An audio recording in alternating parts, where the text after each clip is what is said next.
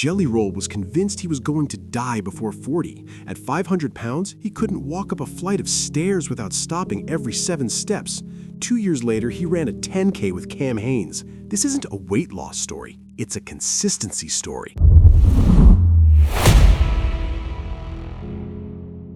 This week, I watched Jelly Roll on Joe Rogan, and he said something that hit me. Every time he tried to change his life before, it started with emotion, some big moment, a birthday promise, a rock-bottom speech, and every single time, it collapsed. So this time, he did something different. He went painfully slow. No dramatic transformation, no hero story, just boring, unglamorous consistency. And the next 5 lessons will show you exactly what changed. Lesson 1. Emotional change always fails. Here's what Jelly Roll figured out. When you start a change based on emotion, you're building on a spike, and spikes don't last.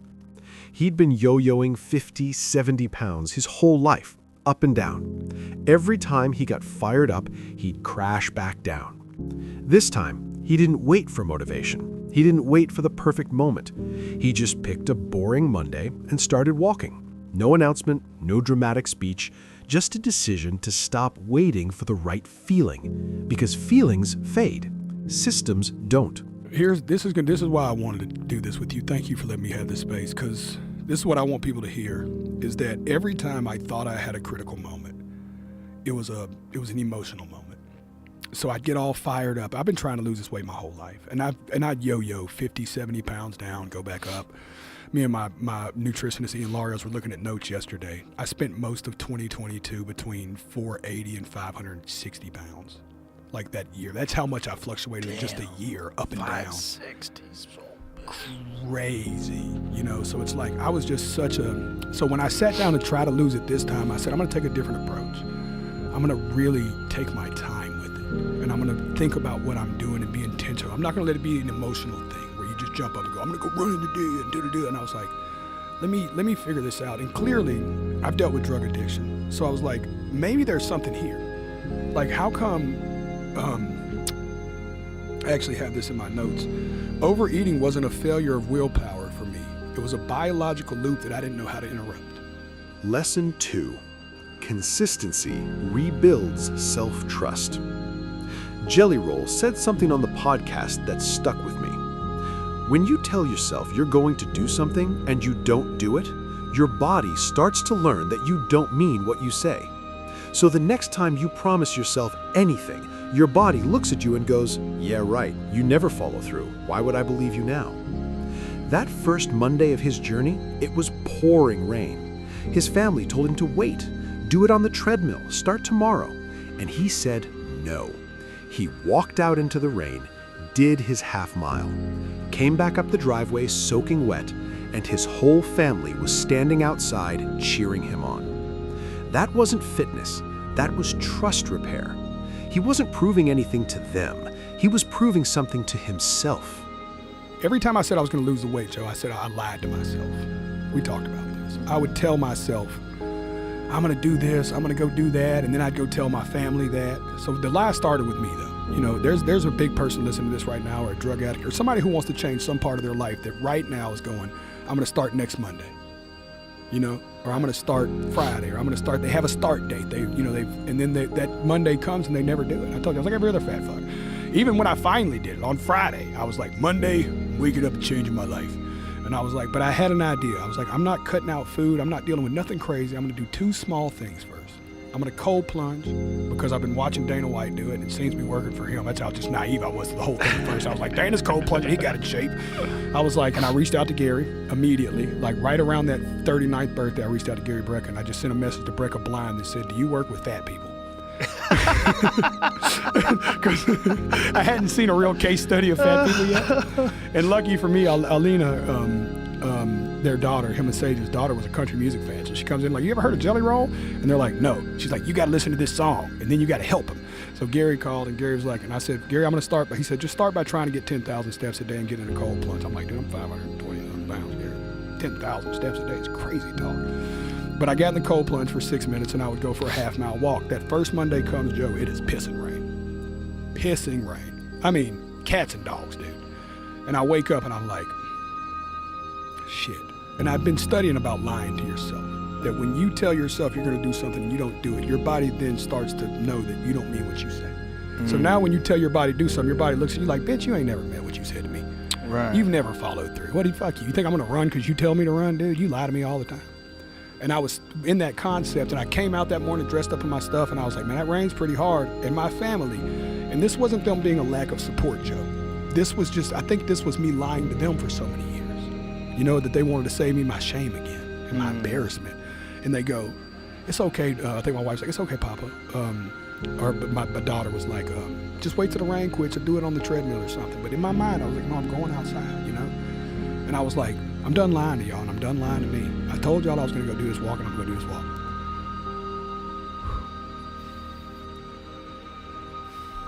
I didn't want to get emotional this early. But I'm okay. There's nothing wrong with emotions, brother.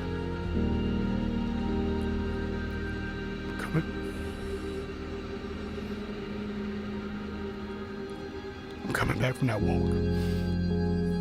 And I'm coming up my driveway. It's up a big hill. I'm bringing in Camel too. It's a huge hill. And I'm coming up the driveway to the hill. And all my family's out there. Cheering me on. Clapping. Hands up. I'd done nothing but lie to them for years about this weight.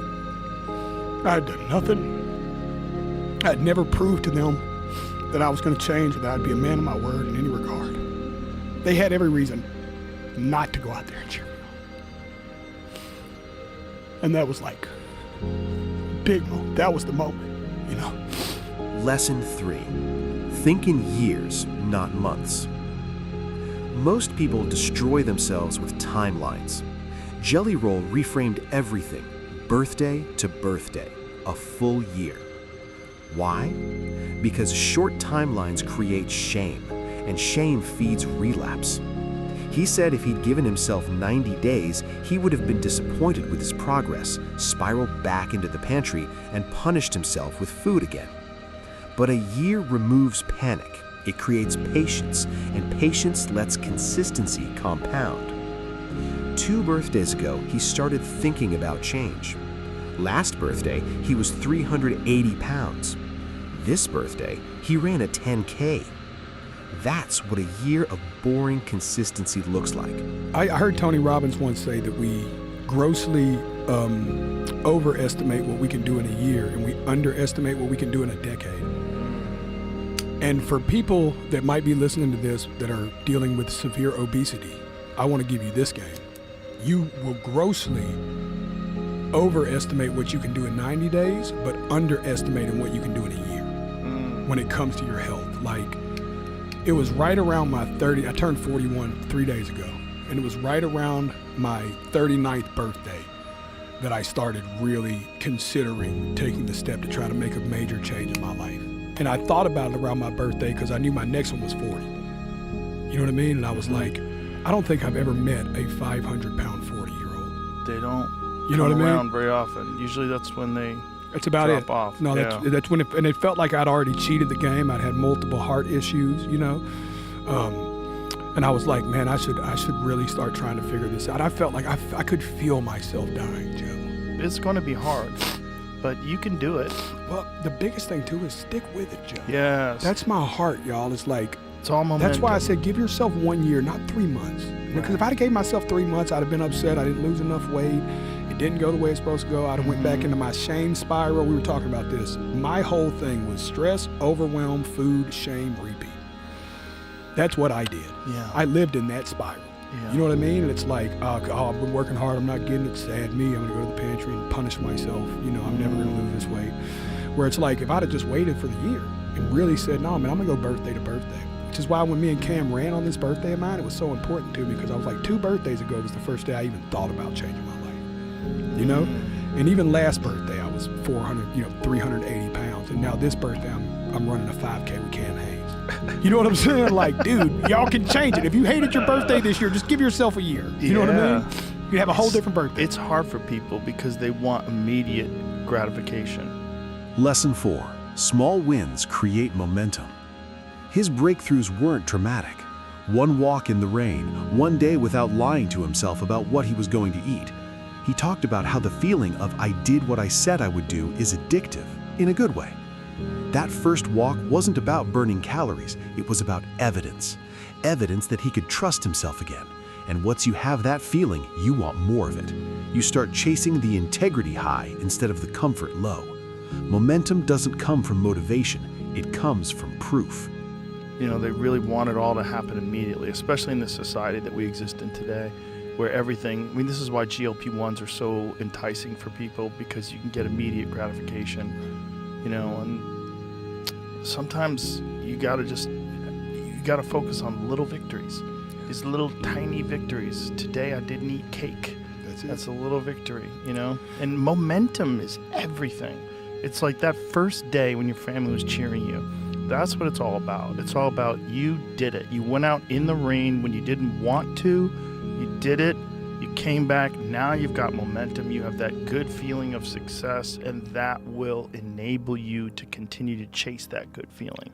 That's the good addiction. I'm clearly addicted to exercise. If I take a couple of days off, I don't feel right. Right. If I take a day off, I feel weird. I feel squirrely. Like I got all this extra fucking weird shit. Leave me alone. You know what I mean? I get weird. I get weird, man. I get weird. I feel weird if I don't do it. And I know people are like, that's horrible. There's something wrong with you. Sure.